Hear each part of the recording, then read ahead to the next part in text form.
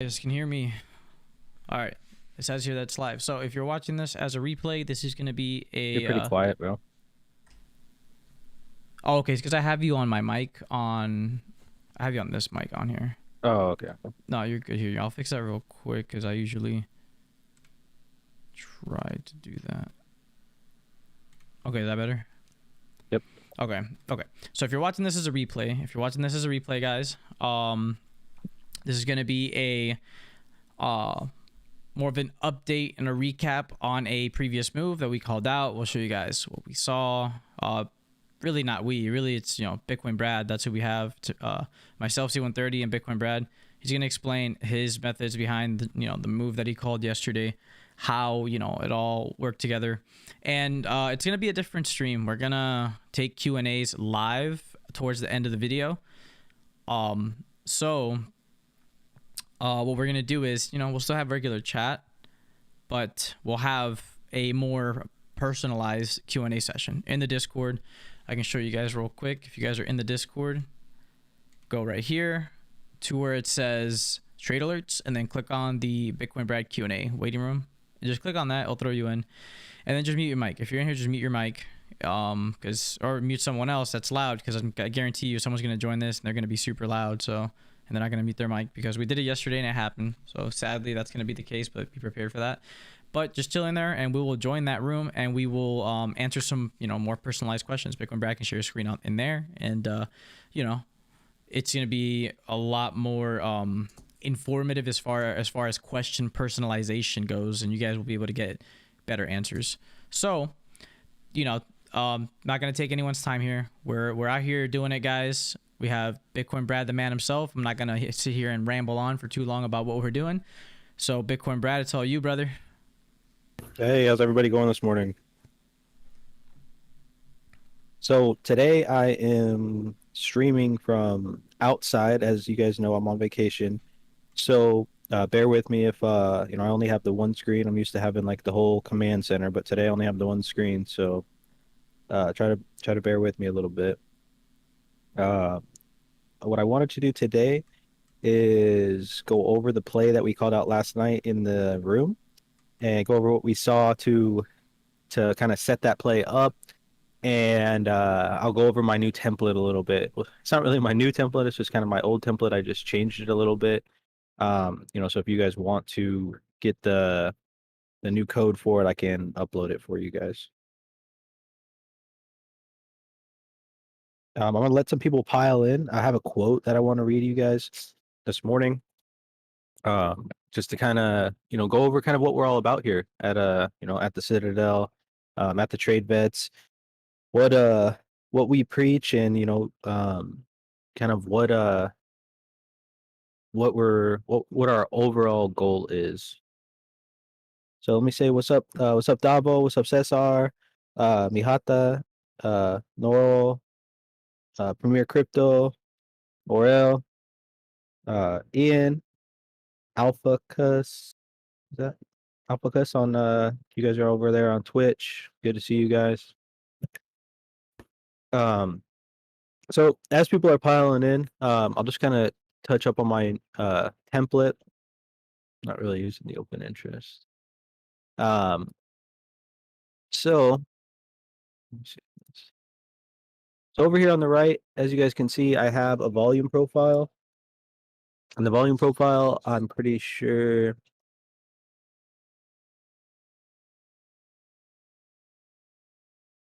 Sorry, I had to sneeze real quick. The volume profile is capturing. Oh, that's not it. Let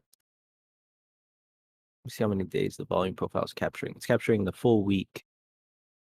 So let me change that to the day. There we go.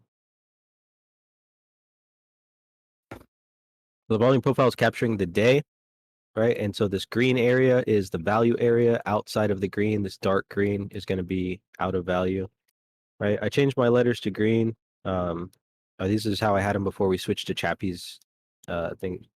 And the main reason that I'm switching it is just so we can see the shape of the profile, right? So right here we see kind of a P profile. It's letting you know that they have control of this position, and that's why we saw that nice move up. And then this is our lowercase b profile. So this is kind of telling us like we came down, we came here, and this is where the market maker's capturing their position. They can continue to control. They have a look below over here, and then start to move back up into value. But let's take a peek at the. Oh, let me catch up on the chat real quick. Um, Josh Brunson, what's up? Laker, Eduardo Sanchez, Old, Sam, Flocky, Lisa, Zamir, JJ, Clockwatcher, Adam, Carl. How's everybody doing? I mean, Eduardo Is hit that it with okay? that KLK, bro. Where's that at? No, he's Okay. Dominican, so Yeah, KLK, yeah. yeah, yeah. Yeah, we don't say que lo que. We say que onda where I'm from, but Oh yeah, it's okay. all, On it's all that, good. It's all good. my wife's family be saying that. I'd be like, huh? Que onda? Yeah, Yeah. I'd be like, huh? Every time they say that, it's just a reaction. Yeah, well, I never knew about that que lo que either till we got like a Puerto Rican person in my office, and he's like, hey, que lo que? And I'm like, oh fuck. And he's like that means like what's up? I was like, oh okay. I was like, we say like que onda in California. Yeah, dude. And he's like, Yeah. oh yeah, yeah. When you hear some like people from the Caribbean like speak Spanish, man, like my entire family, bro, they are just wild, bro. Like, and I went to Germany, and I was I went to school in Germany because my dad was in the army, so I actually had like Spanish people in my classes and stuff, just because we were like in a German school type stuff, dude. They their Spanish was entirely different, Well, 150%. even Spanish from Puerto Rico is different than like California Spanish because California Spanish is like pretty improper. It's like a lot of slang, a lot of like kind of like hometown words, right? Yeah. Whereas like Puerto Rican Spanish is like fancy kind of to us. Like Yeah, we they think try like to, yeah, Puerto Ricans, bro. Like, we try to, not me, I don't give a fuck, but it be trying to, throw up the pinky with the wine type shit. They try to, yeah, like muchísimo gracias. yeah, Like I'm just like, no, what? that, okay. Nah, yeah, dude.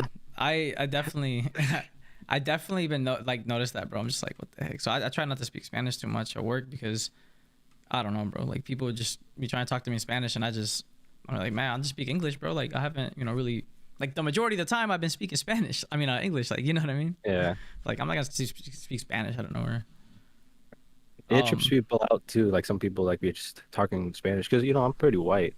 Uh, like yeah. people will be like talking Spanish in front of me, and they're like, then I'll like say something, but I'll say it in English, and they're like, hang on, what?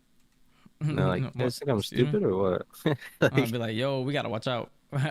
we out here. They question it. Is this Bitcoin Brad? What? that Uh, there's no such thing as California Spanish. What are you talking about, bro? California is like a country by itself. There's California Spanish for sure. Um, the the what's it called?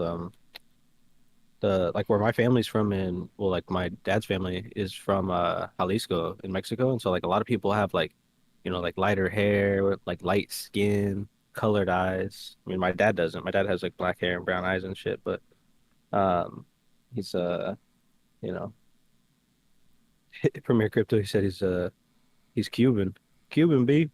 He's a total gringo. Yeah, yeah. I mean, honestly, I'm the same way. I'm Puerto Rican, but I'm actually very, very fairly Caucasian. Like my skin's very white, so like, and I speak like I try to speak at least pretty decent English sometimes. And like people do not identify me as Hispanic at all, dude. Like at all. They don't. One time I spoke Spanish. Well, there was a bunch of Hispanic people, and I was just speaking Spanish, and they all started tripping like immediately, like, whoa, what the heck? Like, you can speak Spanish? I'm like, yeah, man. Like, I just don't be speaking Spanish like that because I don't see the need to, and I don't use it as much as I used to. So, I just don't. yeah. Um, yeah, That's we funny. we didn't mean to Anyways, get off on that, guys. so We're just having morning conversations. That's usually how you get your brain rolling. I mean, it's the weekend too, we're chilling, we're just trying to relax a little bit. So but I did want to read a quote to you guys, right? I found a quote that I kind of think encapsulates what we're all about in this community and kind of the reason, that we're all doing this and the underlying reason, right? So like I always talk about, I want you guys to be able to earn for a living, right? Earn enough money to survive, to make a living That way you can enjoy your time with your family, with your loved ones, or doing whatever you want, right? We've got, all kinds of different people in here. We've got musicians, we've got, people that actually work on a financial desk. We have medical people, clock watcher. I think she's like a CRNA, so she's like, you know, putting people to sleep all the time. 3 a.m. is a nurse, so we have all kinds of different people here. And, if we can just give everybody a little bit of extra knowledge to being able to take control of what they have going on, to take that extra time that they get to, enjoy their time. And so one quote, our chat's just going off in Spanish now. Awesome. Shut up, Brad. I'm about to get in on this. I'm reading it. Yeah. Okay. Um, post the Discord. The what? The Discord. I'll post it. Yeah. Okay, I got you. Got you. Got you. Okay, so it's a quote from Denzel Washington. Everybody knows who Denzel Washington is, I imagine. But it says, "If you died tonight, your employer would advertise to fill your job role by the end of the month. But your loved ones, chosen family, and friends would miss you forever. Don't get too busy making a living that you forget to work on making a life." Right? And so that, for me, that's something that, like, really resonates with me as far as what we're trying to do here as a group, what we're trying to accomplish as, I don't want you guys to be tied to the computer all the time. That's almost one of the reasons I really don't like the alerts page, like the admin alerts page, and I kind of like just popping into the TPO and just giving my 2 cents and then, popping out. Um, just because I don't want you guys to be like itching for your phone, like, shit, did Bitcoin Brad make a play? Did Bitcoin, like, I want you guys to, when you're off, you know, when you're off the computer, I want you guys to be enjoying it, whatever that you are doing, right? I want you guys to be fully focused on whatever it is that you have going on right in front of you, right? Um, that way, you can start building the routine that I've been telling you guys about. And so you set your specific hours for the hours that you are going to trade, whatever those hours are going to be. We have a huge group here from all over the world. So, you can trade wherever, whatever time you want. And, with crypto, there's always times to trade. Once we start getting into the stocks and to the ES and stuff like that, um, we'll have to do set hours uh, in order to be able to trade that stuff. But what I want you guys to be able to do is, be able to enjoy the other things in life, because if not, it's not worth it, right? It's not worth it. I mean, it's just not worth it to be tied to the computer all the time, or, at work 80 hours a week. And I understand, definitely I understand temporary sacrifices are better for the long term, right? So I understand, sacrificing now for the later on. When I was in the army, I was pretty much never home. I was always out, doing something on some type of, exercise or training or mission or whatever it was. I was always doing something.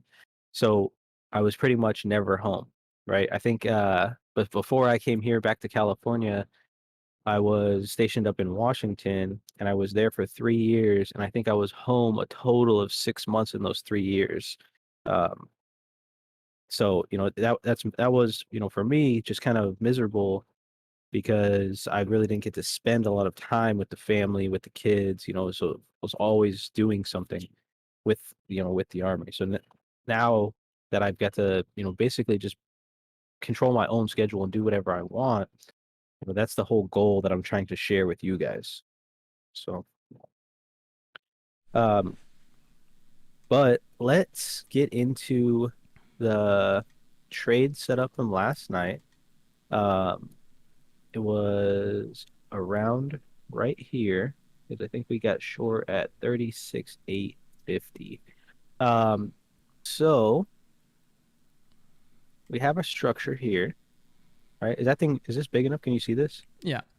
Like I said, guys, I'm on my laptop, so I only have the one screen, and I I don't have all my normal tools that I'm used to having, right? I don't have all the screens and all the other stuff. So just try to bear with me. So we have our structure here, right?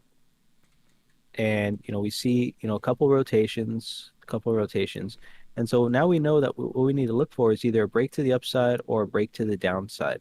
I posted in the Discord under the TPO training or TPO Bitcoin that if we break this low, you could try a short. It's going to be more aggressive, right? And I think everyone kind of enjoyed that uh, the two possibilities, right? The more aggressive trade or the less aggressive trade. And I posted both. I posted two to the downside, two to the upside.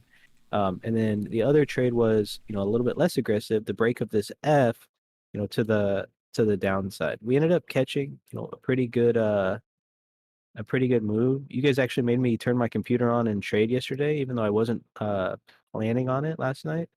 Like I told you guys, I was getting the look from my wife, right? I was sitting on my computer trading, and she was giving me that look. Everybody knows that look. They've got it from like a boyfriend, girlfriend, wife, spouse, loved one, from somebody, right? Their mom. Everyone's got the look before, right? And so, I just told her, I was like, listen, this thing's like an ATM right now. I can't just not take free money. So, got to do what you got to do, right? Um, And we weren't doing anything anyways. We were just sitting there watching basketball, getting the kids ready for bed and stuff. So, oh well. But the setup for this was, pretty simple as far as market structure goes. So if we zoom out, we see that the structure of the market, let me zoom out a little bit further and get rid of this. Okay, so we see that the market, the structure has basically just been trading in this range. And then we have another structure down here. And then we had single prints right here, which is to where I was looking to get in, right? That's uh that's kind of what I was after yesterday. It was to try to attack these single prints, right? And so after we broke that structure low, a lot of people in the room got short and caught this nice ride down. So let me zoom back in to the actual price action.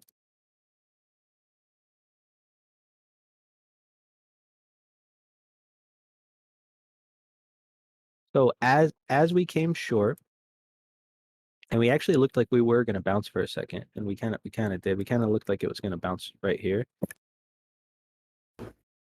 But I mean, you see this play that it went from 36,850, which was the less aggressive play, right? The break of this F, and it went down fairly quick. This is 1, 2, 3, 4. So this is 2 hours.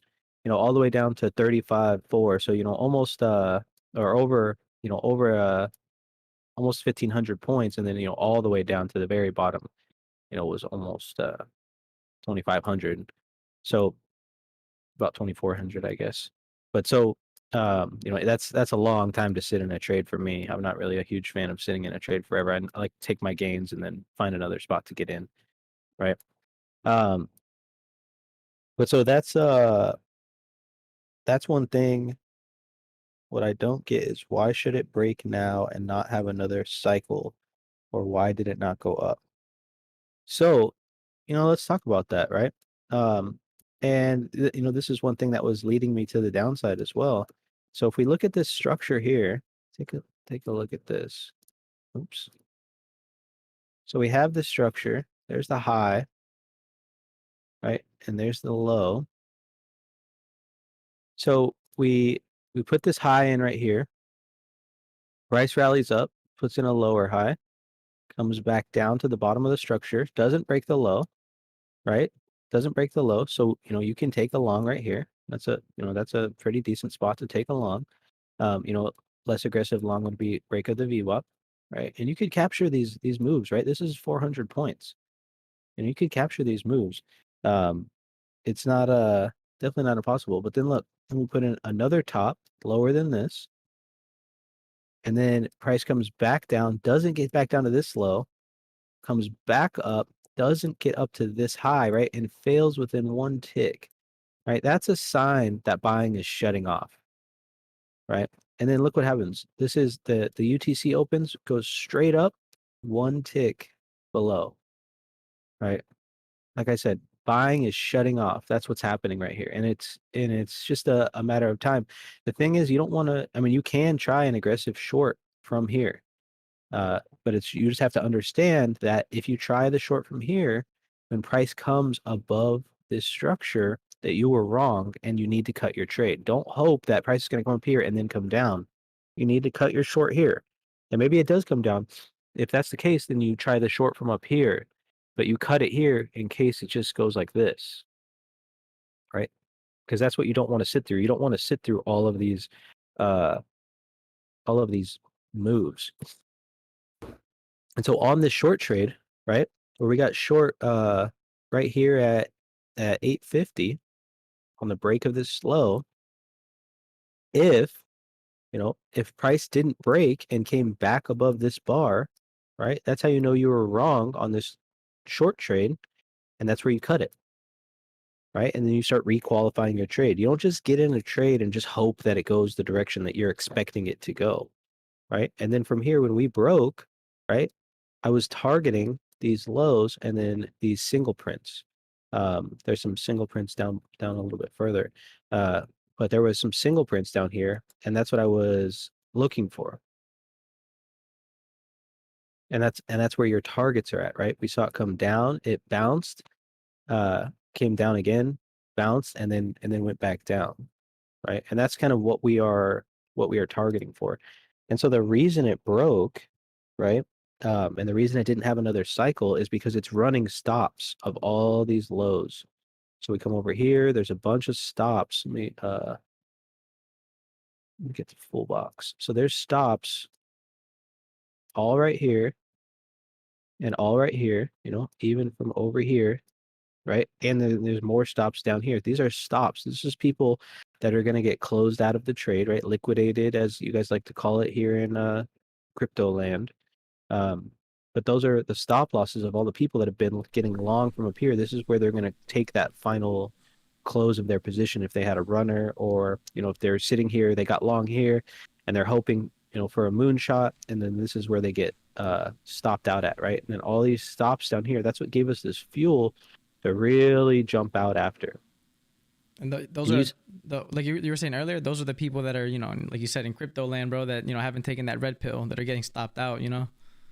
right, right, and that's why I implore everyone to jump over to our Discord, check it out, and jump on the Instagram. We're gonna start posting plays on the Instagram, and check everything out. Um, Try to soak in as much knowledge as you can. We are going to be coming out with the boot camp soon, so the boot camp is going to be very, very informative, deep, detailed. It's going to be a lot more personal because we're going to be on Zoom.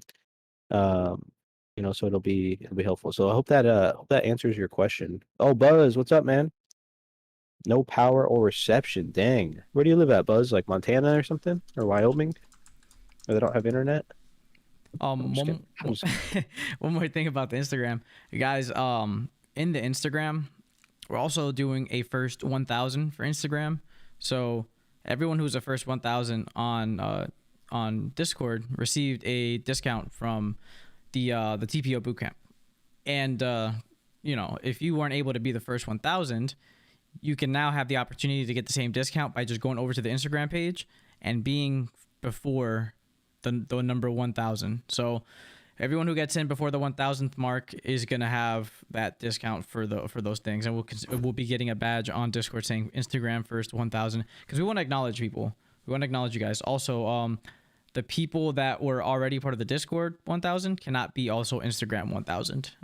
They just, I mean, they both have the same effect, so you can't really double down on it because it wouldn't be fair, because we want to give everyone the opportunity to get in, but at the same time we don't want to give everyone unequal opportunities. It's not what we're about here. We try to all find a middle ground here.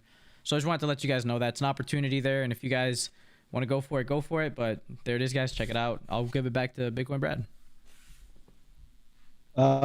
Just to shout a couple people out. Hey, Aaron, uh, Balat, 879, Ski Boy's in the house trying not to trade. All right, he's got that itchy trigger finger like me. Um, It just takes a little bit, bro, but just try. Oh, you guys got a huge storm in Australia, huh, Buzz? Damn, I hope everyone's okay. That's that thing from Lost. No, that's the inside of Australia, the middle of Australia. That's the lost part. I do not want to Victoria, get around there, I've bro. seen pictures of Victoria though. It's pretty nice. Is it? Yeah.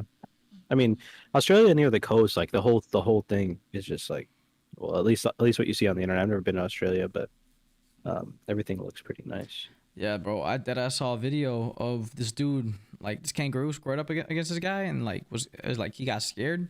He squared up against it and he punched it in the face, and it just ate that. Yeah, I heard I those was like, kangaroos can whoa, get pretty aggressive. they're so buff, bro. I like how they built Uh, like that. and they have that huge tail too. Yeah, that's what I'm saying. It's like, are you a weird like human deer, you know, looking thing? Like, what the heck? It's just weird to see that, dude. Like, Yeah, with one of the places I went to, a place called Palau, which is like it's similar to Hawaii's kind of environment, but mm, it is beautiful. It's like we went there to do like a humanitarian mission. We were, because their medical care is it's like just complete shit. yeah. Their nurses there are like on our level here of like our like uh maybe like a med tech or like Okay. a nurse aide or something like that. So like they don't really kind of know what they're doing. So we went there to like, give vaccines, give like water, give like actual medical care. It's actually pretty cool. But then, we got some free time to like go diving and exploring, and it was awesome. It was like super. Nice. It was like Hawaii, like but on steroids. It was better than Hawaii. Damn, I dude. need to. That's I a need, I need vacation to right take. there. I need to take 3 a.m. there. It was like a vacation. The only thing that sucked is that we had to go there on a Navy boat. And I don't know if you've Oh, ever been on the Navy ships and like I mean, for me, because I'm only 5'7", so it's not too bad as far as like sleeping quarters. But yeah. if you're over 5'10", or if you're big like 3 a.m. is, though, because they're stacked like four high up a wall, basically the cots or the bunks basically. So like if you're tall or if you're wide, I mean, for me with my shoulders, like that I'm like hitting the bars, but it's just it was ass sleeping on that boat. Yeah, dude. That sounds painful, bro. That sounds like you. When I went to Iraq, I was in a C-17, bro. And we had like everything with us, bro. Like we had our rucksack and our assault packs, Oh, right and on your lap. dude, yeah, dude. And there was no room in those seats, bro. In the middle, the people who had room were the people on the side seats. But bro, I was so uncomfortable. I don't know how I made it to Baghdad when we stopped by with my legs not being decapitated, like or not decapitated, freaking chopped off. You know what I'm saying, bro? I lost my circulation in my legs, I guess, like so many times. You know?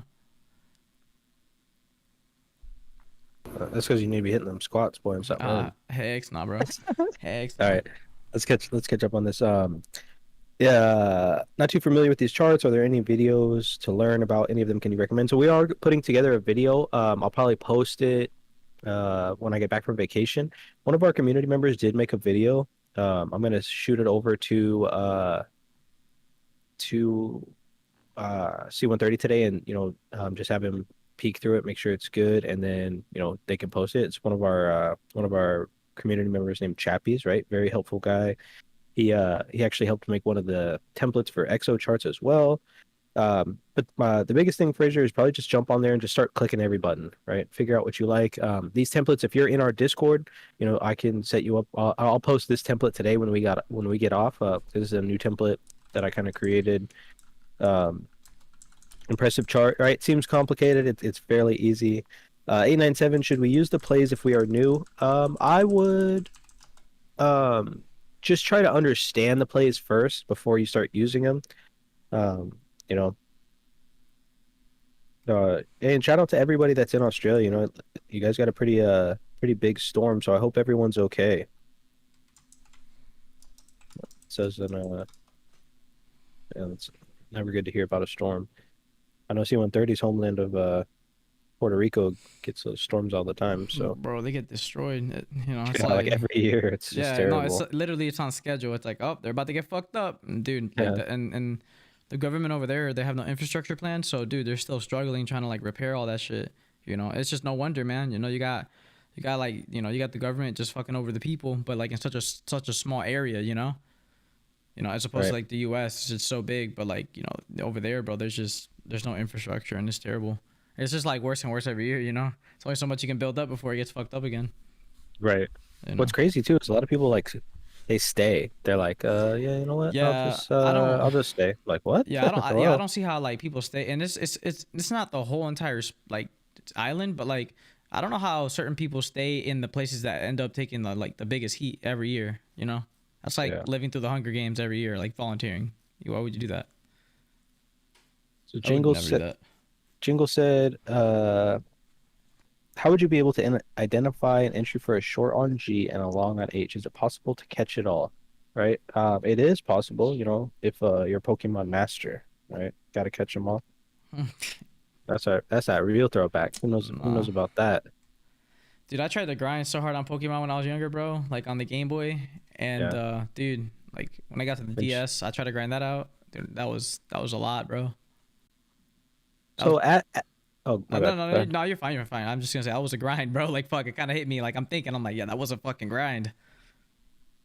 Yeah. Oh yeah. I used to you swim up and down the island, get the rare candies up the cheat.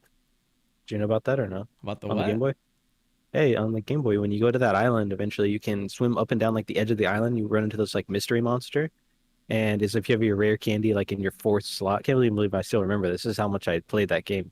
Uh, Dang. yeah, it would pop up, and if as long as you had your rare candy in your fourth slot in your inventory, it would go to like 99x, and then you could just go uh feed your Pokemon, all your rare candies. So I had like Gyarados, Blastoise, like all of my Pokemon, were like super high levels. So then when I went and Damn. played the gyms, like I'll just wreck everybody, bro.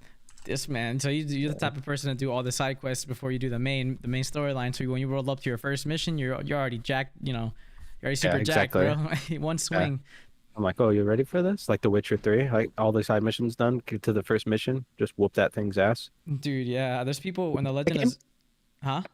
Ever play The Witcher 3? No, but I did see like a bunch of videos about it and stuff, and it looks really nice.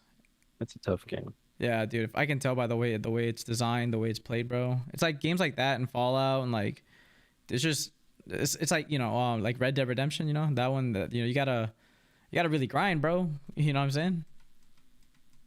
Oh yeah. This stuff is difficult, man. So let me Um. let me jump on Jingle's question real quick. So, Yeah, go ahead, man. like I said when I logged off yesterday, that we were in kind of no man's land because there was really no structure down here. So this is when I kind of got off. So to catch this downside, right, it would have been, I mean, you could have shorted the bottom of this structure, but then you have to understand where your take profits are at. Your take profits are at these lows, and when you see it come right down, like let me pull out my straight line drawer, right? So when you get straight to this low and you see that it doesn't keep going, right? And there's stops, like there's a bunch of stops right here, right? They're all right there just sitting.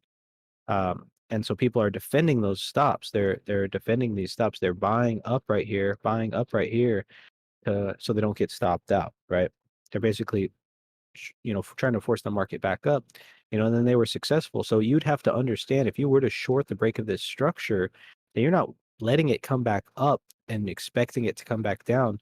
You're taking profit as soon as you see that it rejects this price off previous market structure, right? And then the upside would be the same way, right? If you're in this box right here, we break this market structure. This is actually, a nice let me zoom this one in because we aren't really playing off anything else. Um this one actually is a nice, very nice trade. You could be more aggressive or less aggressive on this and you still would be getting filled. So for this one, this is what I recommend for all beginner traders is to try pullbacks. The less aggressive type of play. You don't always catch the move, but it's a definitely a less aggressive play where we have a breakout, we pull back to the point of control, right? And we broke out over the VWAP, right? So we got a little test of air, right? We got to finally breathe for a little bit because the sellers have been in control all night, holding us underwater, right? We got to come up, we got a little peak of air. They push us back down, but they can't push us below the point of control, right? So this is where you're tossing your limits on, tossing your limits on, tossing your limits on. And then your first target is going to be this H high because this is where you know that sellers came in to defend, right? And then From there, you would look back at the structure. You saw these single prints here, and we ran the single prints like, all the way basically to the tick. And where did we come back up to? This 36, what is this? 36,195, right? So, back into a little bit of structure from the previous where we had that little bit of a bounce earlier. Um, but so, this is a kind of a perfect setup trade where you're catching it. So the downside move, uh, I'm not really a huge fan of Jingles. Um, I mean, you could catch it definitely, but you would have to be quick with it, and you would have to be able to understand and take your profits. But this one is perfect, right? You see that it pokes its head above, it comes down, it holds the point of control, you place a limit, right? Your target is this H high, and then, the next target would be, probably this E high over here. And when it comes up and doesn't get up to this E high, it fills these single prints and doesn't get up. That's where you cut it, right? Because if this is your take profit one, right? This little spot right here is going to cover your fees, and then up here is going to be where you're really putting in some good gains. Then it doesn't get up there, so just take your profit, right? You still, even if you got filled at the VWAP, right? That's 35, about 35,660-ish, and that's 36.2. So you're talking about 4, 5, 600 points. That's a great play, right? And we see, we're seeing a nice little stop run going on right now to the downside, right? So they tried to get some breath, and sellers said, no, no, no, no, no, get your head back under the water, right? And so someone was asking me yesterday, like, what kind of value areas are we paying attention to, or point of control should we pay attention to because the session is broken up? Look at this previous point of control, because this point of control is just based off of two bars right now. So watch how it acts at this point of control, and we know that there is stops. We know there's stops right here, and it came right down to the very bottom, couldn't break them. There's stops right here, and then there's going to be stops down the bottom of H. And so you're seeing responsive buying, right off the point of control, the previous point of control. And so what you want to see is the impulse area, which is the low of L, where it ran those stops. See if sellers are going to defend this area to keep pushing price down to run these stops. And if you get a run of these stops, right, if they defend this area, you could place a limit here and try to capture some of this move. Your stop loss would be here.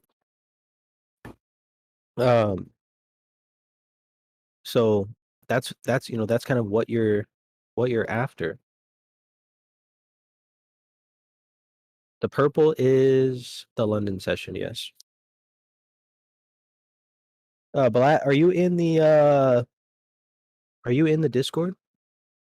If you're not in the Discord, jump in the Discord. See, here we go, He's right? new. He joined.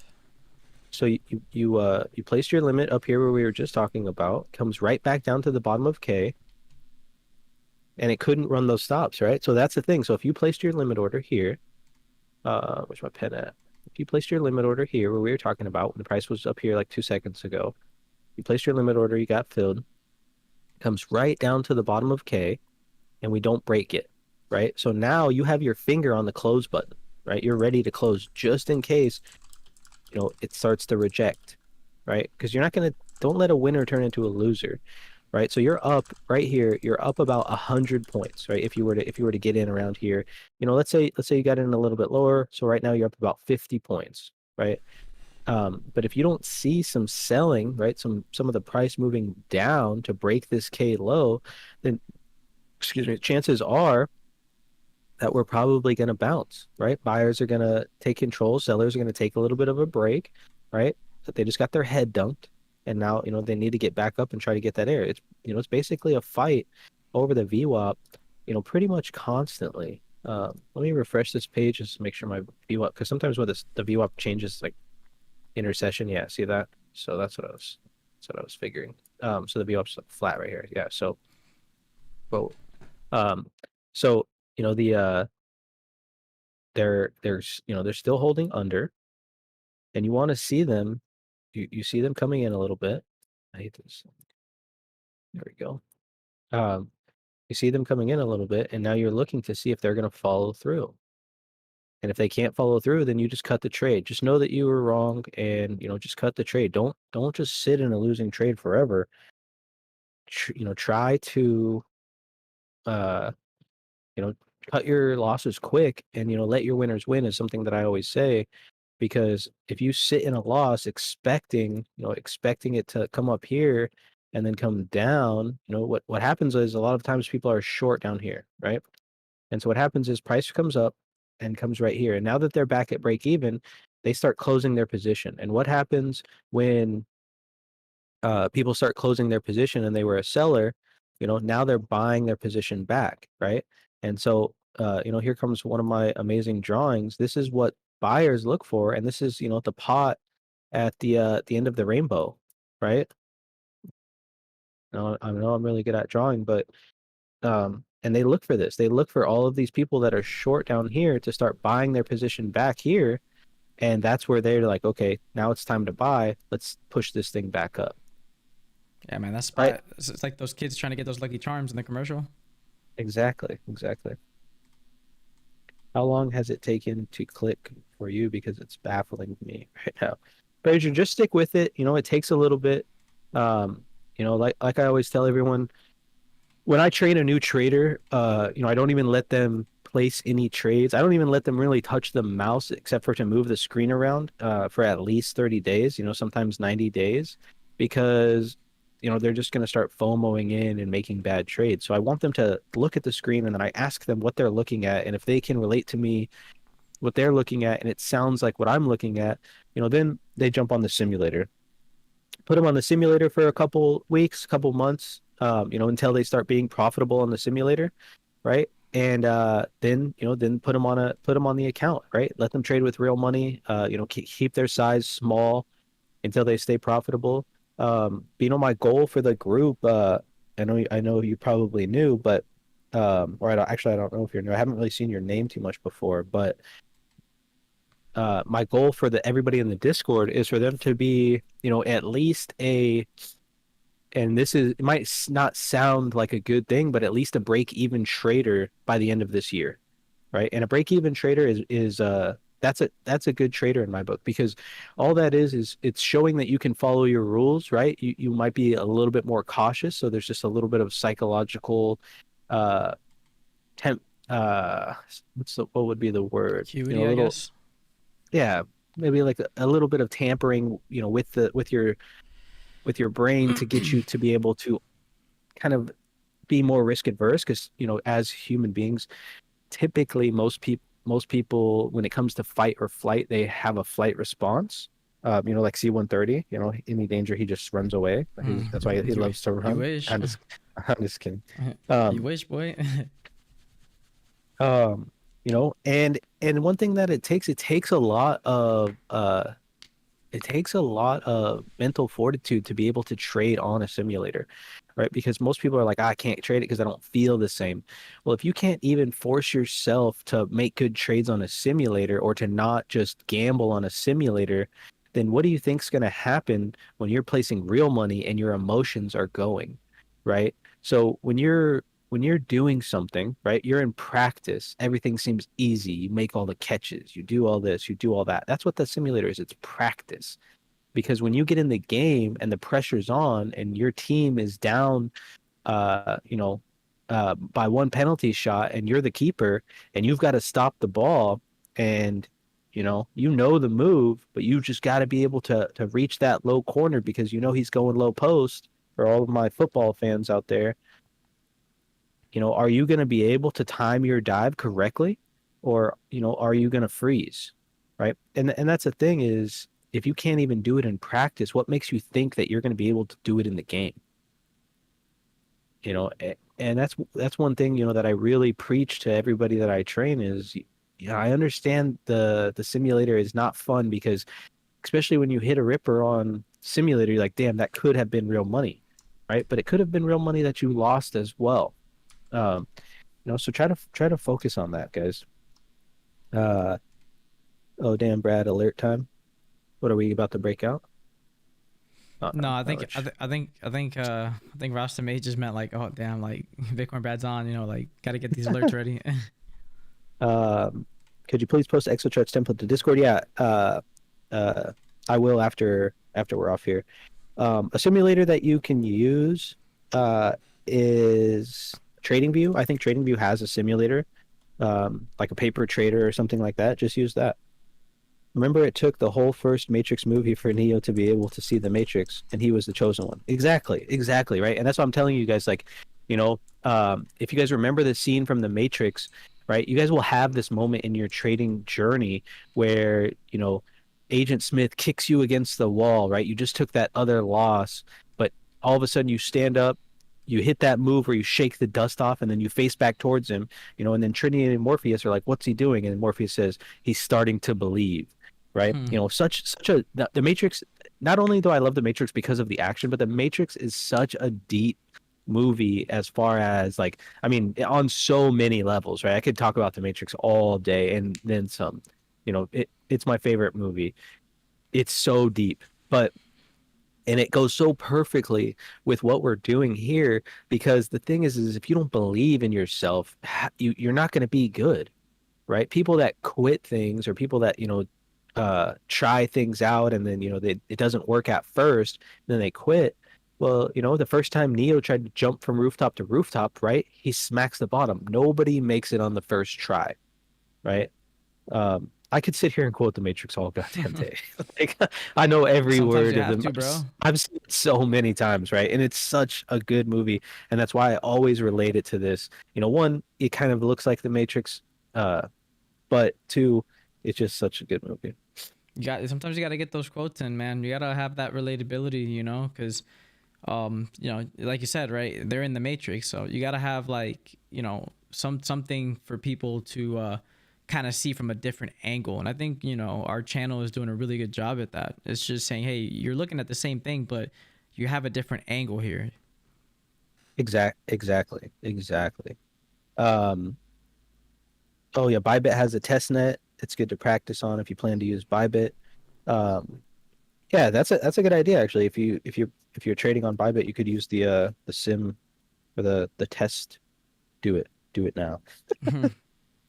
Where's that Uh, from? that's from the Oh, Matrix. oh, okay, yeah. I was like, okay. Yeah. Um, big fan of the Matrix and all you guys. Good morning.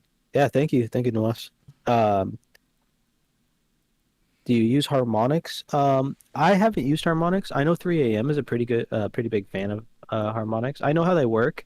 Um, I just can't.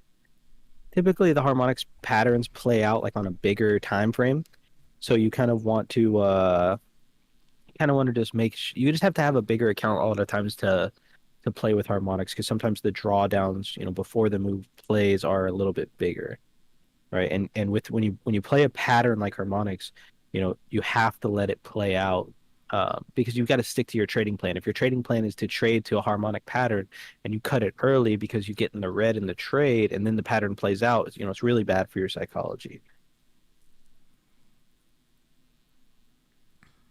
Brad, do you want to go into Q&A? We can do Q&A. If you feel comfortable, if you feel comfortable with, like, in the context that everyone in the chat, you got to their questions and stuff.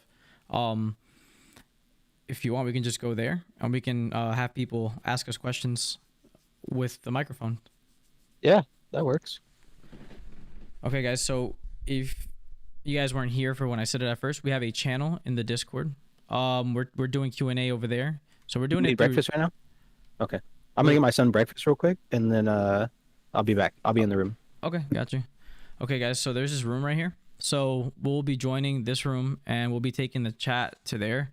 We'll have Brad show his screen on there, and we'll all just kind of like get together and talk over, just talk over what you guys would like to have more specifications on, or talk over some questions that you guys feel like you couldn't convey through the chat, the YouTube chat. So just go in there and mute your mic, okay, and then me and Brad will join. He's gonna go make us some breakfast real quick. It'll take him like 3 to 5 minutes, but the YouTube chat, we're no longer going to be using it once we start the Q&A in the Discord. So once you open up the Discord, go to the trade alerts and then go to Bitcoin Brad Q&A underneath trade alerts. So check that out, right? Go in there, mute your mic, kind of get, you know, the room piled up, you know what I'm saying?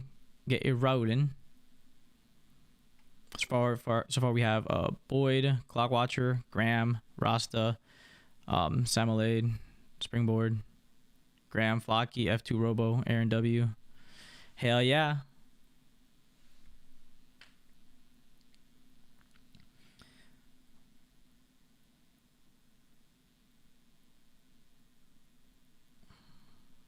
Brad, did you know Matrix 4 comes out December 16th? Yeah, he does. Yeah, it's gonna be super pumped. I'm actually gonna bring it up again. It's gonna get hyped again.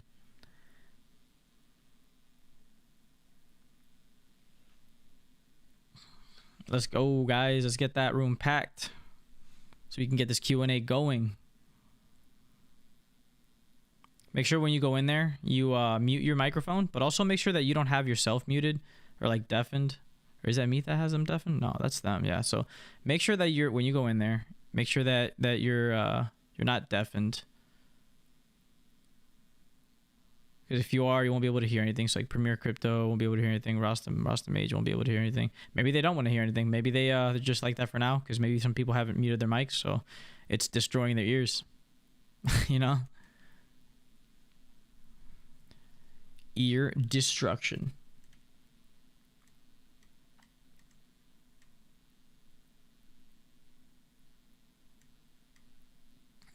Oh no, where'd it go? Come back. Boom. Boom. And boom. Ba-da-ba-ba. There we go.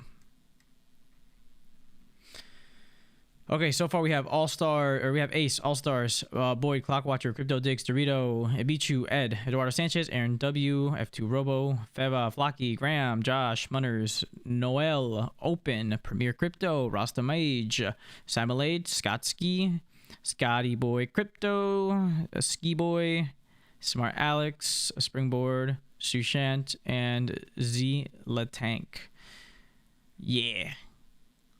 Good stuff, guys. 1, 2, 3, 4, 5, 6, 7, 8, 9, 10, 11, 12, 13, 14, 15, 16, 17, 18, 19, 20, 21, 22, 23, 24, 25, 26, 27, 28, 29. We have 29 people. We have 59 people watching. Here, guys, I can send the link to the Discord if you're not in the Discord.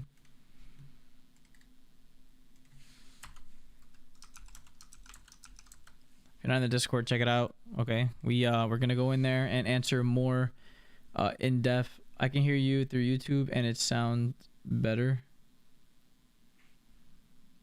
What do you mean?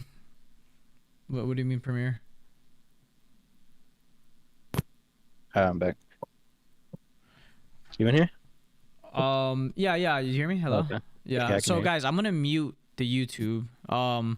So if you guys can leave the YouTube. I mean, if you want, right? We're gonna take it over here, but we're also gonna leave the YouTube running and broadcasting, so that way you guys know when we officially end. For anybody that you know, for whatever reason doesn't want to join the Discord to just be there and talk and actually get it rolling, right? So If you guys feel more comfortable typing the questions too, like don't feel afraid to exactly, don't feel afraid to say anything, or don't feel afraid to not say anything. Like, we'll read the chats as well, but we also want to tailor more towards people actually using their mics and stuff, because we don't use our mics, and we're trying to connect with you guys in a way that no other YouTubers are. So we're trying different things to see what works for you guys, and we're trying to meet you guys in the middle here with the information that we're providing.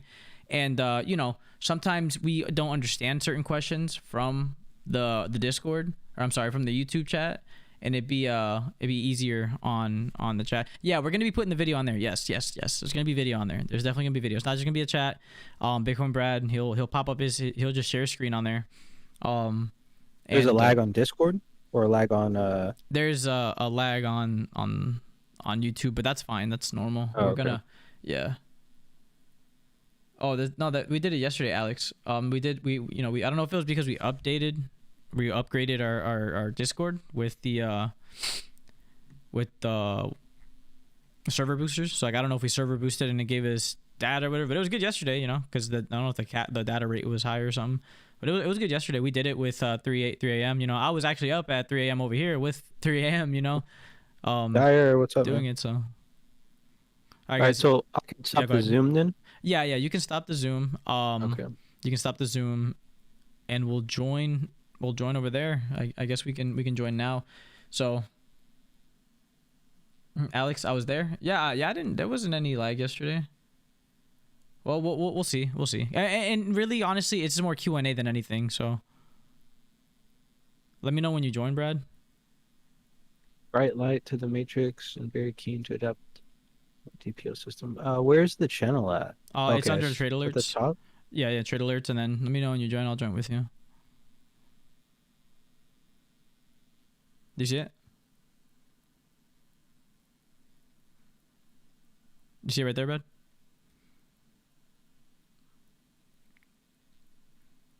Oh, oh, hello. You're good. Oh, there we go. You're All Yo, right. good to Brad, go. do you hear me? We're here, bro.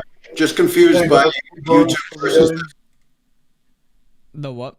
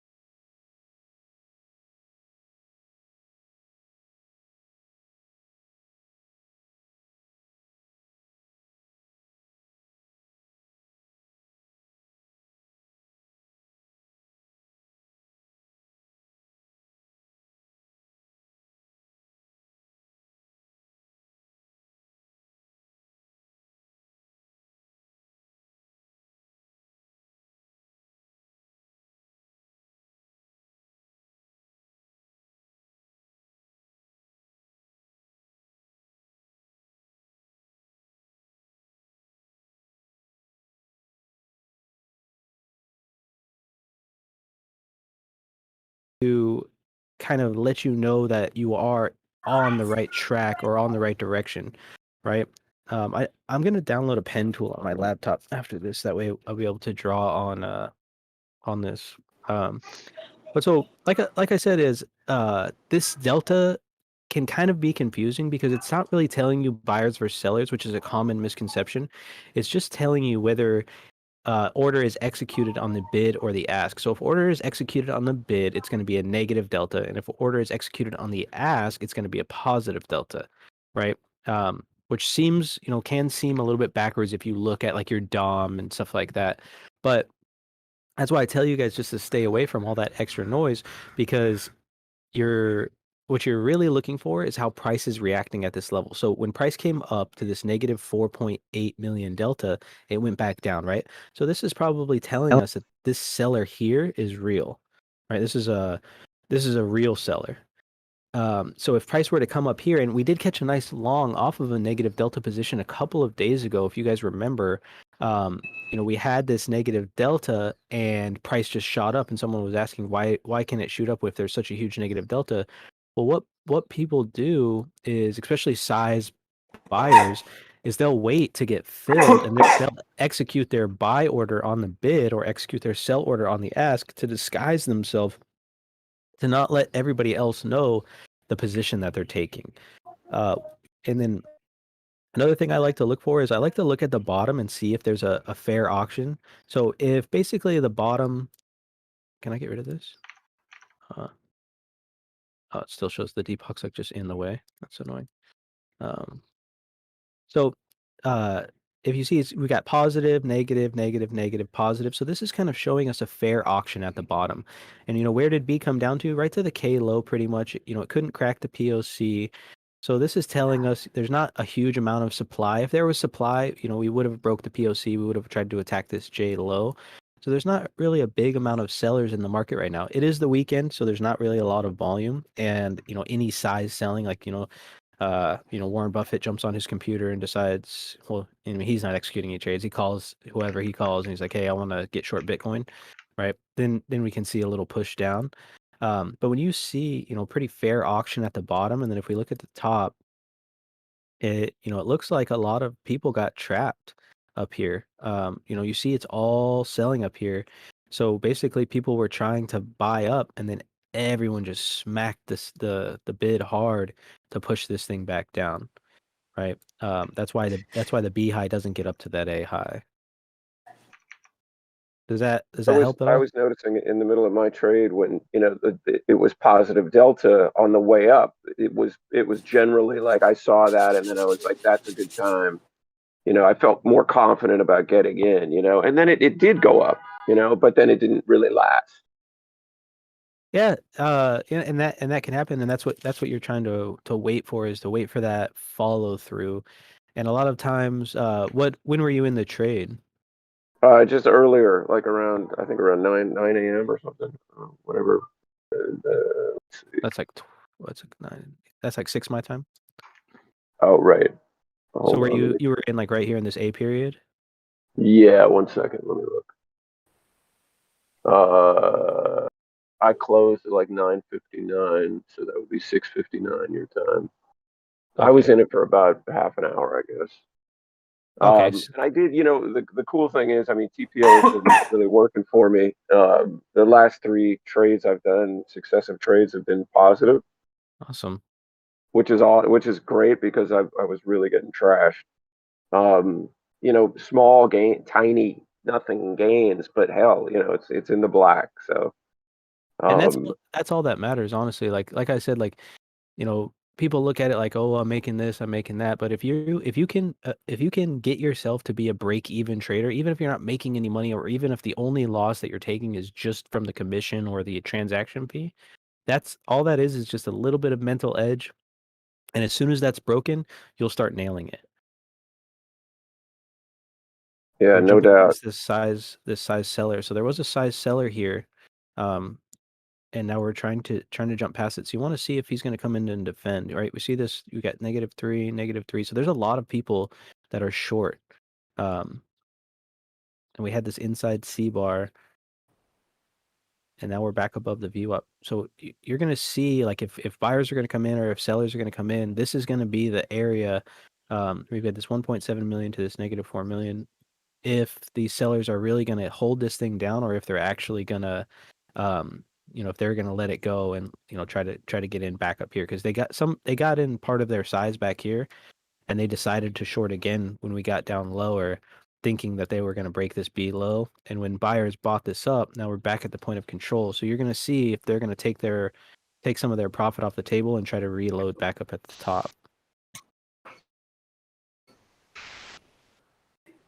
Let's see, is there a limit for the stream? It's saying it's full. Is there a limit?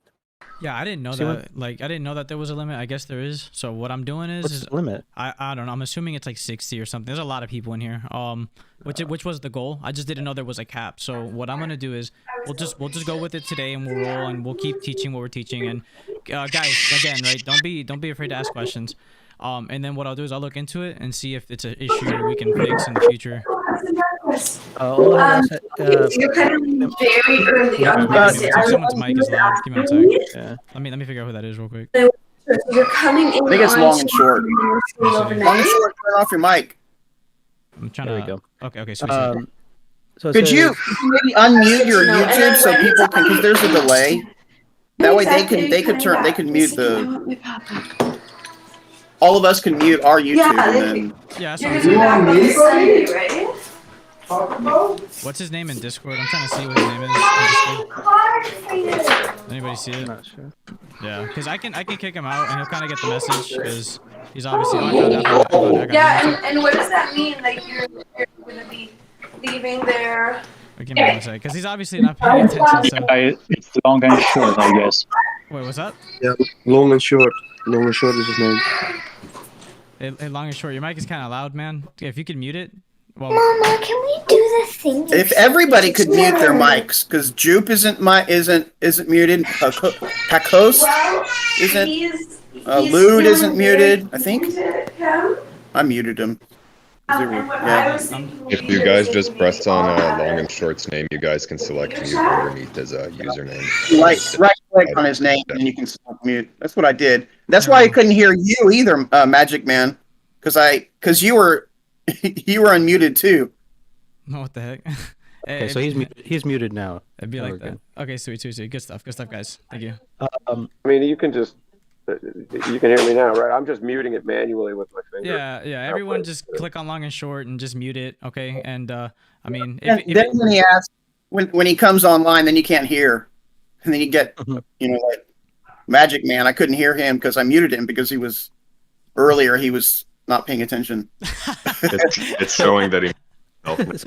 So Oldahab asks, as for the bootcamp, are you planning on breaking the classes into time zones, seeing as we're from all over the world? Yes, that is one thing that we are working on, and everyone that's in the class that's upcoming on July 5th should be getting with 3 a.m., DMing him through Instagram or through here to let them know where they're at. That way I can set my schedule to be able to be available, because I know we've got people in the United States, we've got people in Asia, Australia, the UK, all over Europe, so I want to be able to South America, Mexico, Canada, I don't want to exclude anybody, but yeah, we have people from all over, all different time zones, so that way we can set it up. See, there's those people. Sorry, I get distracted on the chart. So there's these sellers that were trying to build their position down here took a little bit of profit off the table because they're not really so confident of their short position anymore, and that's what that release was right there. But yeah, so we want to be able to make it so, and we might change the date because I know July 5th is a Monday, and I know people are working. But we're gonna work with everybody. I think it was 50 people total, right? Yes, 50. So we're going to work with those 50 people. And then when we do the TPA or the TPO boot camp, we are going to figure out, specific times that we can, get everybody on. My schedule, I this is my job. So I don't have like a time that I can't get on the computer.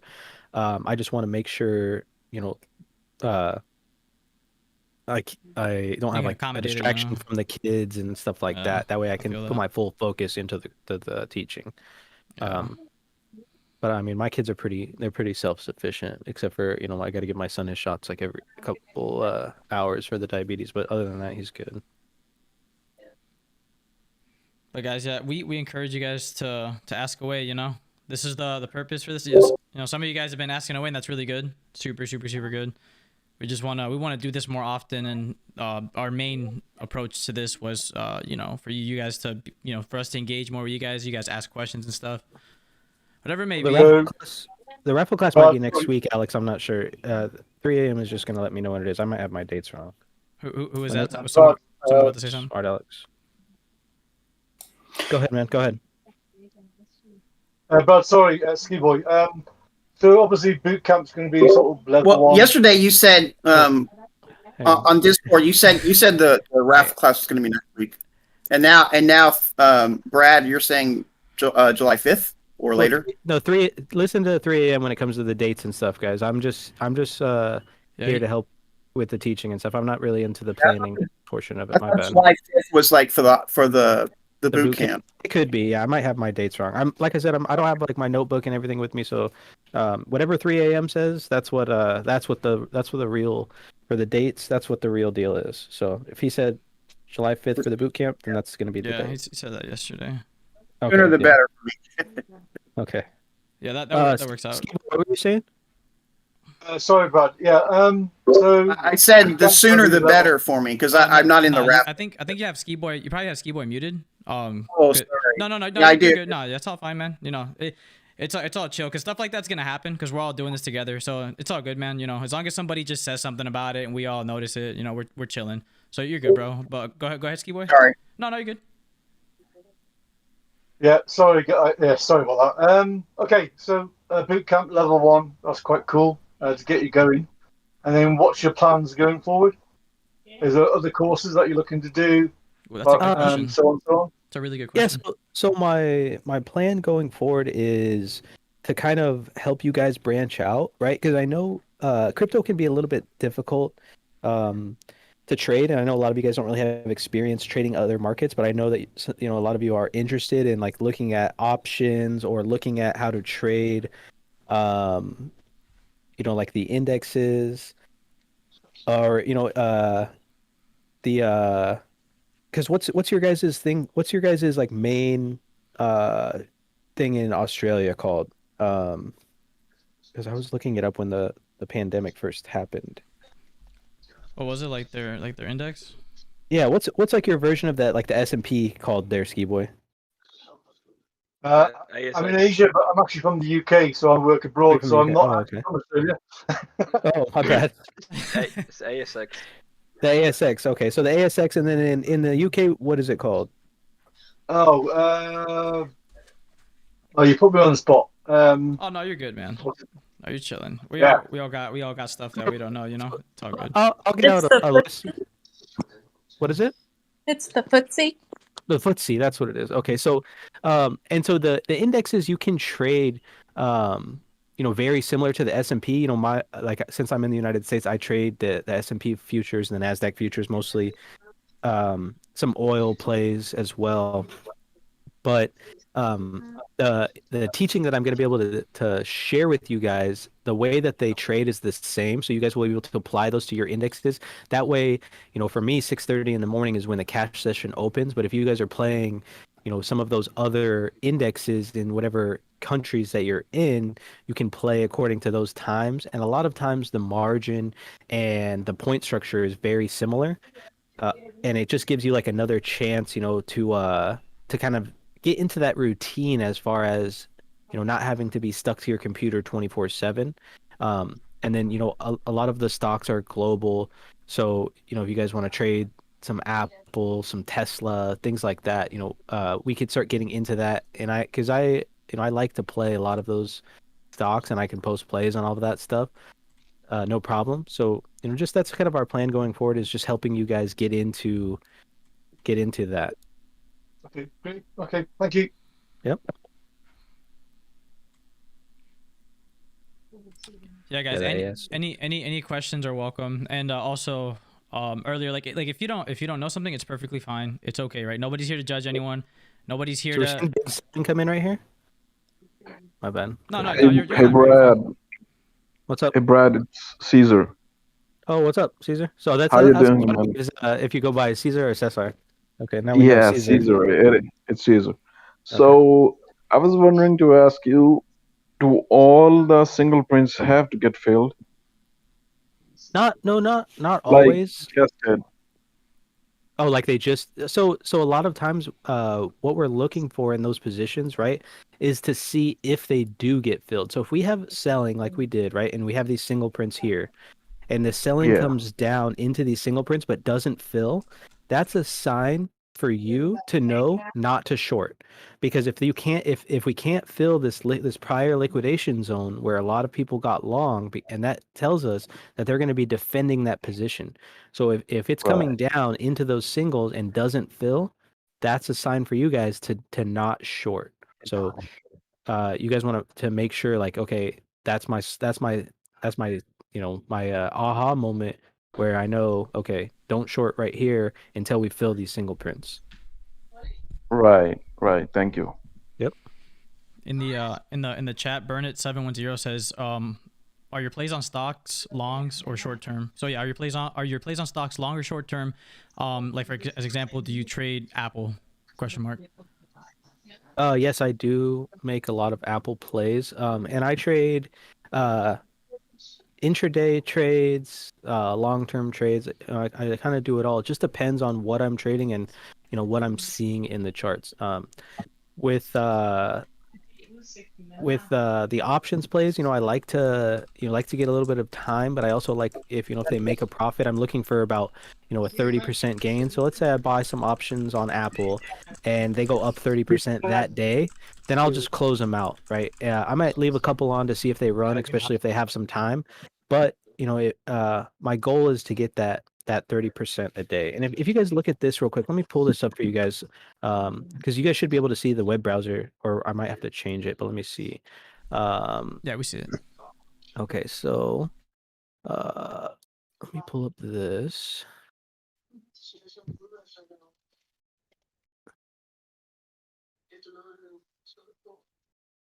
This is just a tracking system that I have. Oh, this is not it. Let's see. Is someone trying to ask a question? Where is it? I'm trying to figure out where it's at. I'd have to find it. But basically, I don't know. I don't remember where it's on. Might be on my other computer.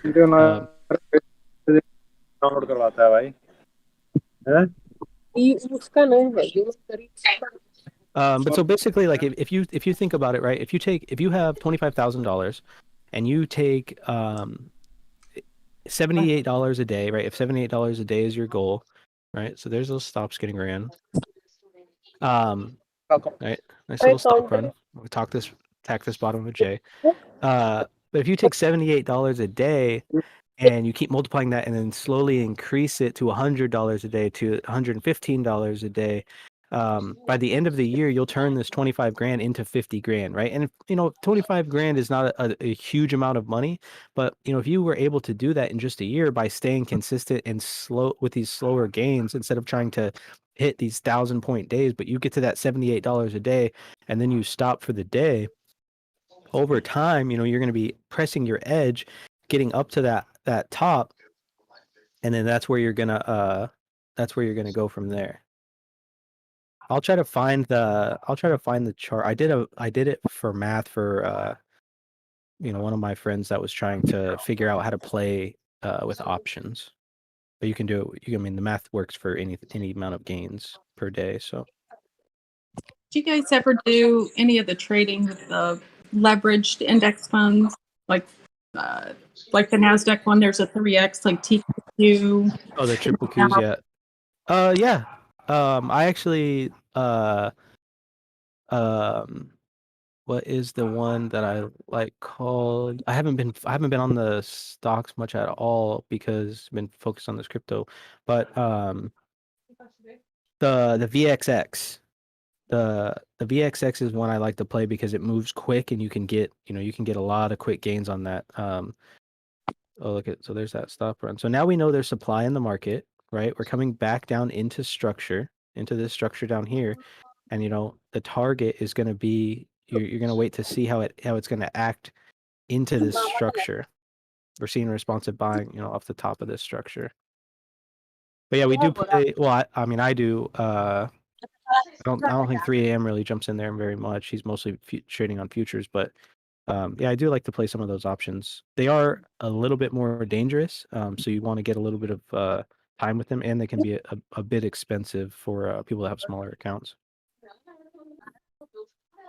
Real quick, I have a compounding gains weekly and daily goal spreadsheet I'm going to share. Oh yeah, that'd be awesome. I think that's what you were talking about a second ago, right? Yes, it is. Yeah. Yeah. It's pretty crazy to see, the small gains throughout a week and a month. How much it builds up. It's insane. I'm trying to figure out where that document's at. Yeah, that's the goal too. Just slow, steady gains.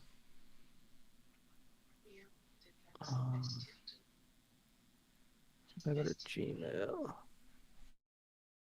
You just want me to send it to you directly? You can check it out, or you could just post it. I mean, if you don't mind. which section?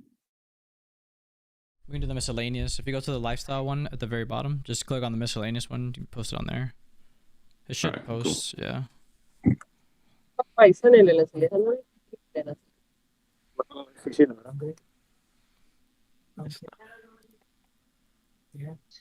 We'll get breakfast.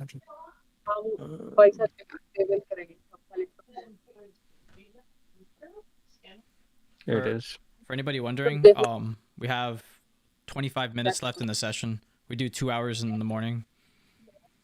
So here's the pattern I was talking about. I found the doc.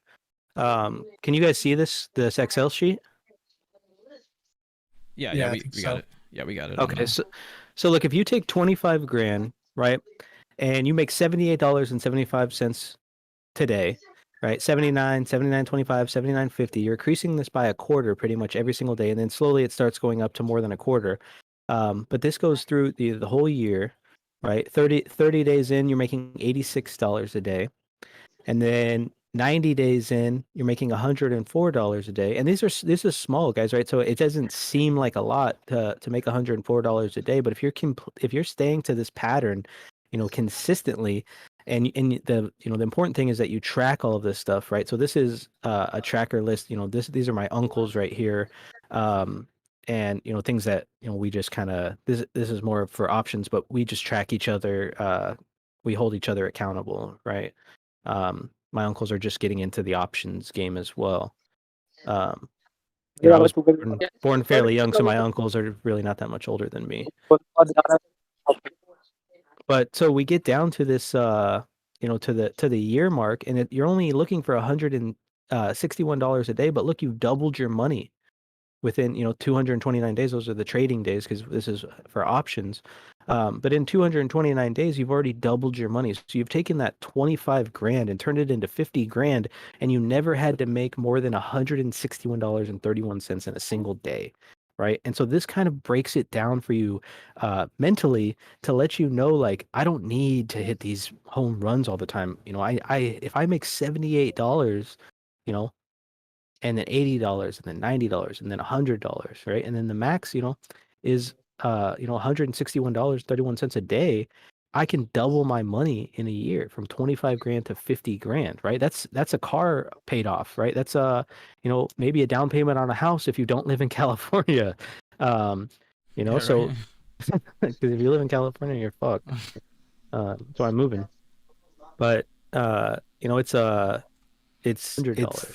Important, that I want to break it down for you guys as far as how this how easy it can be, because if without having these long-term goals and understanding how they work, and I could share this pattern with you guys. I could export it and put it in. I'll just take out all my uncles and stuff information. That way you guys can print this out or use it on your computer to track your daily goals. Somebody saying something? Might have been somebody talking in the background. But guys, ask questions, right? Ask questions. I got a question, Brad. Yeah. Last night, 3 a.m., was going through a bunch of stuff, but one of the questions I asked him was, Go, when he Tava. first started trading, what were some of the bad habits that he had to break? Mm. And he gave us like FOMO, you know, patience, more screen time, get a better entry. One of the big ones I think he went over was acceptance of loss and greed. You know, Yes, that is know when his to cut the issue. tie. Are there a few that you have? For me, I kind of have the opposite. Right? So I grew up pretty poor, I guess. I mean, not really like not homeless or anything, but I never grew up with a lot. And so like once I started trading and started seeing the gains, I started just taking them right away. So like, you know, I'd get up $10 and be like, all right, close the trade. I just get out of there, be like, all right, whew, $10, right? You know, I can buy lunch today, do whatever I want with it. So my biggest issue was actually testing my edge. I was so risk adverse that, you know, it was working against me, right? Like I preach to manage risk, but I was managing it too much to the point where I was not letting my winners win, which is why I try to tell you guys, let your winners win. That was my biggest struggle was, you know, staying in a trade long enough to realize some good gains, right? So I was basically trading like a 1-to-1. So whenever I would take like a decent sized loss, it was really cutting into my, you know, my P&L for the month or for, you know, the week or whatever session I was looking at. And so that was one of my biggest hurdles. And then one of my other biggest issues was forcing trades because I could see I, I don't know what it is, but I've always had a pretty decent ability to be able to see the trades as they're coming or see the moves as they're coming up. But I was getting in on the wrong spots, not being patient and waiting for it to come. And so what was happening, and I think this was happening to C130 when I first started helping him, is my stop loss was getting hit, and then the play would go in my way. And so that's why I say, like, if you're having an issue where you get in a trade and your stop loss gets hit, start thinking about where you're going to place your trade, where your stop loss is going to be, and then place your entry where your stop loss is at. That way, you know, maybe you will miss the trade. Maybe the trade won't happen, but that's fine. But if it comes up to where your stop loss would be, and you get into the trade from there, and you know that could give you that extra space to not get stopped out. And of course, I'm not saying like, let's say you wanted to take a trade down here, and your stop is going to be up here. Well, up here, obviously, you know, you're not going to want to short, but, you know, place it closer to that area. So let's say if you wanted to take a short from here and your stop loss can be the top of D, well, maybe try your entry here under the VWAP somewhere where we saw this strong selling come in, get into the trade, and then your stop loss can still be D. So that way, if you do get stopped out, it is a small stop, but you're managing risk a little bit better. And if you don't get filled and price just keeps flushing down, you know, then no big deal. You just look for another trade and qualify another trade. That's it. With this D kind of just peaking down into structure and really coming back, you know, back up to the initial impulse area, you want to see if sellers are they're gonna reload or if buyers are buying this up, kind of like they did where's that G? Yeah, down here. All right, we saw them really peak down low and that was it. Pushed right back up. But those were probably, you know, and even the risk, oh shit, the risk adverse thing is still kind of an issue that I have from time to time. I had some Boeing options a couple of weeks ago that I closed out the majority of them. I had 20 calls that I got at about $4.50, and then I closed 15 of them at $8. So they were 100% gain, but there was no reason that I should have closed them. And you know, I had two left that I sold last week, but they were $13. You know, I could have taken the $4 up to $13 instead of just, you know, being patient. But I was, you know, trying to be risk adverse and getting it off the table. So still an ongoing thing that I, you know, work on every single day. And then I don't know if C130 want to answer the same question. Oh no, man, obviously, right, Brad, right, he's the man. You know, he's my mentor, and I knew that I learned from him a lot of stuff. I learned a lot of stuff from him, and I knew that people, you know, the information that Brad gives out is really honest. You can't put a price on it. You can't it's so important that that everyone should know all this stuff because it can help you out. And for me, like you said, right, the stops getting ran, for me, right? Like I'd put my stop and I'd go in on a trade and it would just get hit and hit and hit. And then it's because I wasn't thinking like a market maker. I wasn't thinking that, like how's the market going to play against me? Like how is my trade going to be invalidated by everyone else? What am I not seeing? Another thing is like I would mainly long, I would never short. So I would never really include that side of things. So like, even though even though I want to go long, I would still try to see if it could be a possible short to understand both scenarios and like to isolate the probabilities of what can happen and choose which one may be better than the other. And honestly, man, it's really, for me, it was just accepting my losses. Like if I'm in the red, right? At first I was really bad with this at first. Like I tell people about it all the time. Like when I first started leverage trading, I put in like 10, 15 G's and like I leveraged it and then like I lost it, right? Because I didn't know what I was doing. But then I started growing with how I was trading and accepting my losses, accepting my mistakes a lot more sooner before letting them run to get to the point where I'm out of the fight. Because I've noticed that it's really about how long can you stay in the market? How long can you survive in the market? And the longer you survive, the more screen time you're going to have, the more engaged you're going to be. That doesn't mean you should be in a trade all the time, but that should mean you should manage your risk enough to where even if you get stopped out, you have enough to go fight another day. You're able to continue being a participant in the market to where even though the trades might not be going the way you want them to, you're gaining experience as you do so. And that experience is extremely valuable because that's something you're never going to get regardless of who's telling you their experience on certain things or how they see the market or like if some random YouTuber that has like 1 million subs says this and that, right? Like your experience is going to be your frame of reference because this is your life, this is your reality, so everything is a frame of reference from your point of view.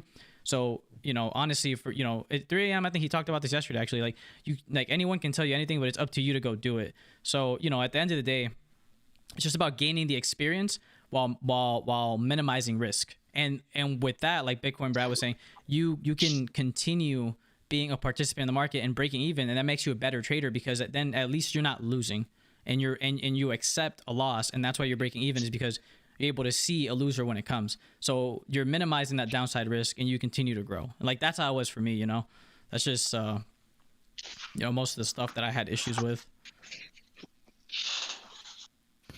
Hey guys, real quick. Oh, sorry, go ahead.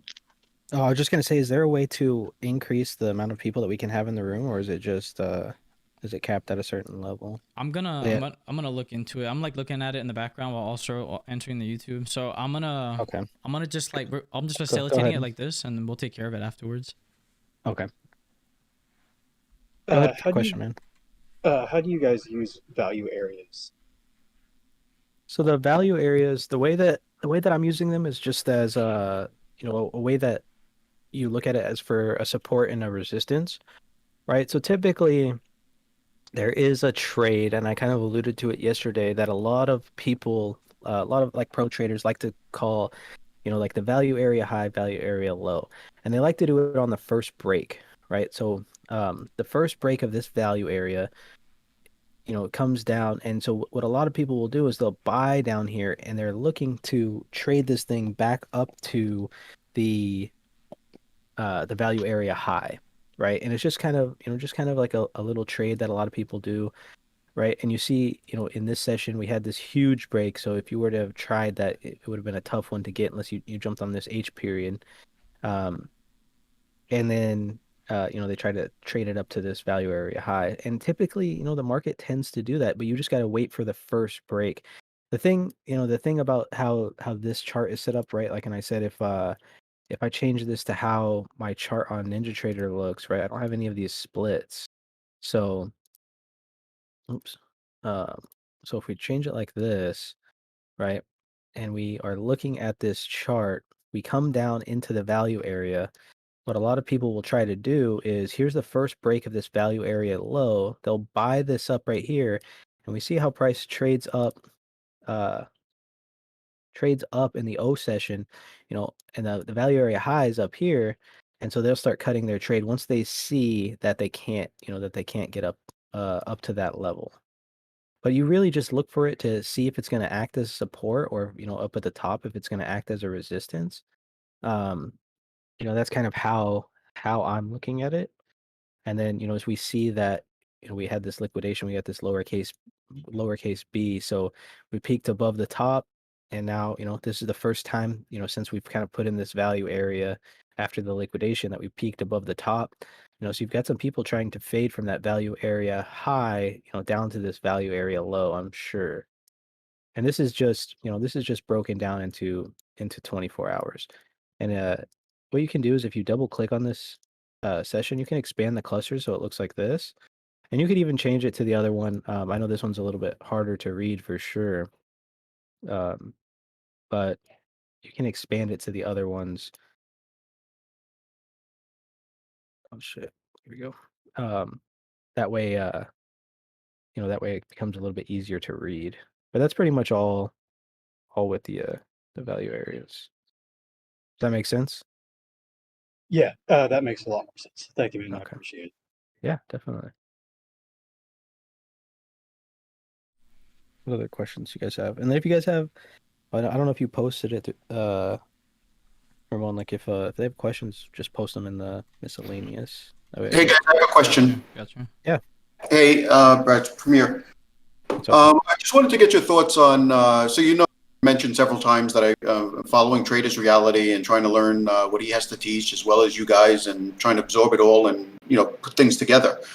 I just wanted to get your take on like his market maker method, or not even his, just what your thoughts are on the market maker and how that influences the charts, or is it algorithms? What's your thought on the manipulation, I guess, is the real question. Thanks, man. Yeah. So the way the market maker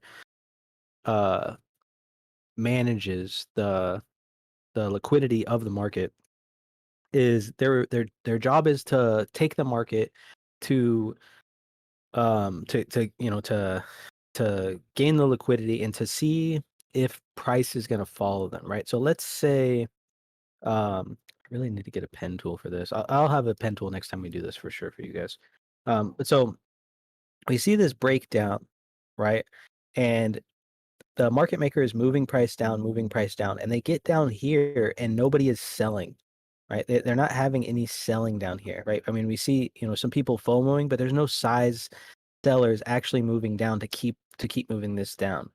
And so what the market is telling you, right? And this is something that we look for. If we look down here, we see these bottom 5 numbers, 1, 2, 3, 4, 5, 6, bottom 7 numbers actually are negative numbers. That's telling us that we've got sellers trapped down here. And so what the market makers are doing is they're building this position right here in this value area. And what they're going to do is they're going to move the position up and then sell some of their position. And if people keep moving their bids up to buy this market, well, then they'll keep moving it up as long as people keep chasing the price. And then once people stop chasing the price, then they'll move it back down. They'll sell all of their position. They'll move the price back down until they see some people buying it back, and they'll build another position. They'll move away to keep getting these people to chase the market. And then as people keep chasing the market, they'll sell their position, and then they'll move it back down, right? So that's why this chart is so important, because it lets you understand how a market maker is using the market structure in order to basically manipulate what's going on, and how to understand, exactly what they're doing as far as why the market is moving the way that it's moving. And so we see here, if we just look at this current session, right, we see that they moved price up. Actually, they kind of moved price down, right? Because so there's no bids moving up. So what they're doing is they're moving price down until we see sellers stop selling. And now they'll start to build their position. Now that we're back in this value area, they start to build this position. And then from here, they'll start to move the price back up, right? So they can sell for a profit. I haven't watched a lot of Trader's Reality. I caught a couple of his streams. I do think it would be cool to kind of like, get a nice conversation with him, especially because it would be interesting because I think he's in the UK, right? So it'd be cool to see how or what the difference is as far as like how how the the footsie trades with the market makers. I mean, I'm sure it's the same way because the market makers that that's how they make money is they trade pretty much the same way. But it would be interesting to see kind of what he's looking at as far as that what you're talking about. Right. So what I've learned so far, and I'm of course still always learning, is that his system uses vector candles, which are showing you guys with this exo chart is essentially in TPO method is essentially showing the guts or the inners of the candle, whereas a vector candle is coloring it different than the other candles to show you that there's climatic volume happening within that candle. So it's similar to looking at the exo charts, which I'm not familiar with yet, and where you guys are pinpointing where all the volume is happening at the top of the candle, the bottom, the middle, what's going on within it.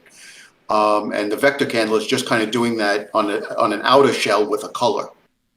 So that's kind of, he's looking at that and then also applying it to patterns. So W's and M's and different levels and formations as to what the market maker is doing on a larger scale and how they're trapping the retail traders.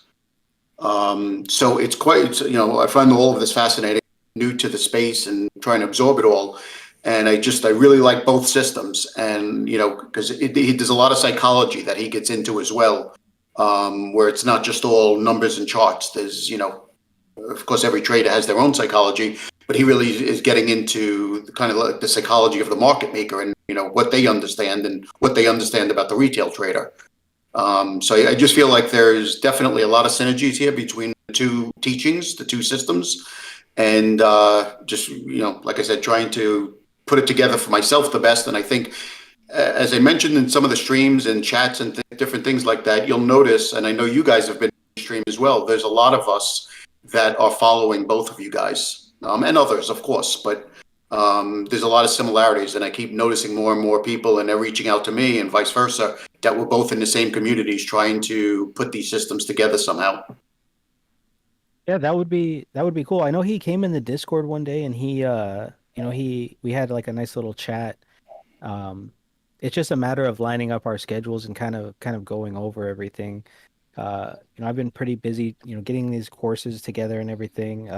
3 a.m. is he's working me like a dog, right? Trying to get me get it so we can get all this stuff out to you. I do have a psychology course that I am working on as far as to help you guys, because I do think that psychology is one of the most important things, if not the most important thing, besides understanding how the market structure works. But it does seem, from the couple of the streams that I've tuned in on his, it does seem that he is following how the market maker's psychology is affecting how the trading session is going and how retail traders session is going. And if he used to trade yen, somebody said he used to trade the dollar versus yen. So, he's probably a psycho, because anyone who trades currency is a psycho. I've done a couple currency plays, sorry to my Aussies out there, but I shorted the shit out of the Australian dollar when COVID happened, because I just know they have such a huge underlying debt with US dollars to China. So. Yep. Yeah, he also gets into the structure of the international market and how it kind of hands off from from Asia to the European market, then to the US, and how all of that kind of flows from one session to another, and where they pick up from one another the patterns that and traps that they're setting. So again, not to spam you guys with him or him with you. I just wanted to, again, bring it to your attention that there's a lot of us that like both systems and think there's value in both. So maybe, I don't know, down the road, maybe, hopefully you guys can collaborate, or however this will come together. But just, wanted to share that with you. And again, thank you guys for all that you do. Much appreciated. Yeah. Thank you. I appreciate it. And it's a good thing you brought that up, man, because like every time like I was doing a live stream and I was just giving like a little update. I was on my phone walking my dog. I'm like, you know what? Let me tell some people like some of the stuff we got going on. Like people in the chat were like, hey, Traders Realty's is live right now. I'm gonna go watch him. Thank you for streaming. And it's a good thing that you guys have other YouTubers So like if we do like a stream and like we're like in a Q&A and it's already done, traders realty goes on, like it's good that you have different opinions, and the way he trades, like Premier Crypto was saying, does have like a lot of synergy with what we're teaching, and it's good to have a mixture of both opinions, because there are things that we are not going to be able to teach that he will, and you know, there are things that he'll be able to teach that we won't. So it's a good thing that you guys are coming over from that community, and vice versa, because it gives you guys more opinions on how the market fluctuates and how it works, and it gives you more of an opportunity to see how different opinions can still come out to the same result, or how certain things can react in this way based off of the structure of the market. So it's just really good, right? And we love traders like that are showing you guys the ins and outs of the markets, and we totally support that. We're not like those people that just want to, you know, hog all the views and hog all the people. No, like, you know, if you guys have some really good YouTubers out there, right, like feel free to post them. Well, we're gonna make a little section for like other YouTubers. Feel free to post them, right? Because it's better if we just grow as a community and we share our knowledge, what we have going on. So Premier, it's a good thing that you brought that up, man. Thank you. Last point on that is another similarity is that he's not about the money. Like, he's not trying to sell us a program or sell us data or sell us anything. His Patreon is so reasonable, and it's kind of like you guys. He just wants to really help the community grow and share what he knows and help people. So again, that's another, you know, synergy between you guys, and I think why so many of us are kind of following both of you guys, and of course others, but you two guys are definitely my favorites and the only ones I'm focused on. So again, appreciate that. Yep. Yeah, that's you know, that's our goal too, you know, and when C130 was starting his stream, you know, I was reluctant to get on because he was kind of doing his own thing. I did kind of, I don't want to say force him to start streaming, but you know, he just has such a good personality, and I knew that he would, and he has just such a good heart that I knew that, you know, people would click with him. You know, once I so, you know, I was watching his YouTube videos and stuff, and I was like, oh, you know, I could help maybe teach some trading stuff. And then, you know, once I came on the stream, getting to, you know, to know more of the people in the community, you guys just have such a, you know, such an amazing community of people. Exactly. And that, yeah. you know, that's our goal, is to just, you know, to help each other as much as possible. You know, if we had people out there that would just be just even a little bit altruistic and help people out, as instead of just, you know, trying to look for their bottom line or their ultimate goal, you know, the world would be a lot better place. But unfortunately, you know, like everything that's good is, you know, eventually ruined by mankind, because that's what mankind does, just ruin shit. Yeah. Doinked, is that how you say it? Doinked asked, how did you get red pilled? I like how did you get introduced to TPO? So for me, you know, I was sitting on my computer one day, you know, hacking some stuff, fell asleep, and then, you know, a message came on my screen that said, "Brad, wake up." No, I'm just kidding. This man, you're a clown. It's from the Matrix. Right? So you really need to watch the Matrix, bro. You need to watch it more. All right, I'll watch it today, bro. Okay. I got you. But yeah, so I like 3 a.m. tells you guys, like, I've tried everything. That's why I tell you guys, you know, I'm not trying to hate on Market Cipher, but it's just a gimmick, and it works great in a trending market. But if you have a ranging market, it's tough to use something like that, right? So because it's literally based on momentum. I know, you know, one of the guys in here, Ice Cold, who has some really good TA, you know, he got kind of down on himself because he made a wrong call based off of Market Cipher. And, you know, I told him, like, hey, don't get down on yourself. It happens, right? Just, you know, just remember that there's other things out there. And so like I've tried everything, like I've told you guys, like, you know, the 10 SMA crossing over the 25 EMA. I've tried harmonics. I've tried full flags, pair flags, W's, M's, you know, double tops, double bottoms. You know, I've just, you know, been doing this for, you know, an extended period of time, and just have been down everything. And then, you know, eventually coming across the TPO, I honestly just came across it as far as from James Dalton, like I told you guys, and then just, you know, it is a little bit hard to learn from him just because he's used to teaching traders that kind of know what they're doing, and his voice is just it's not the greatest to learn from, at least. But for me, that's most of the stuff is from James Dalton, and I just try to make it. He doesn't really break it down as elementary as I'm trying to break it down. That way, we can all grab a piece. He's more breaking it down as far as he's used to teaching people that know how to trade, so he doesn't really break down internals as far as the market goes itself. Let's see, M and W is just double top. Yeah, it's just the double top and the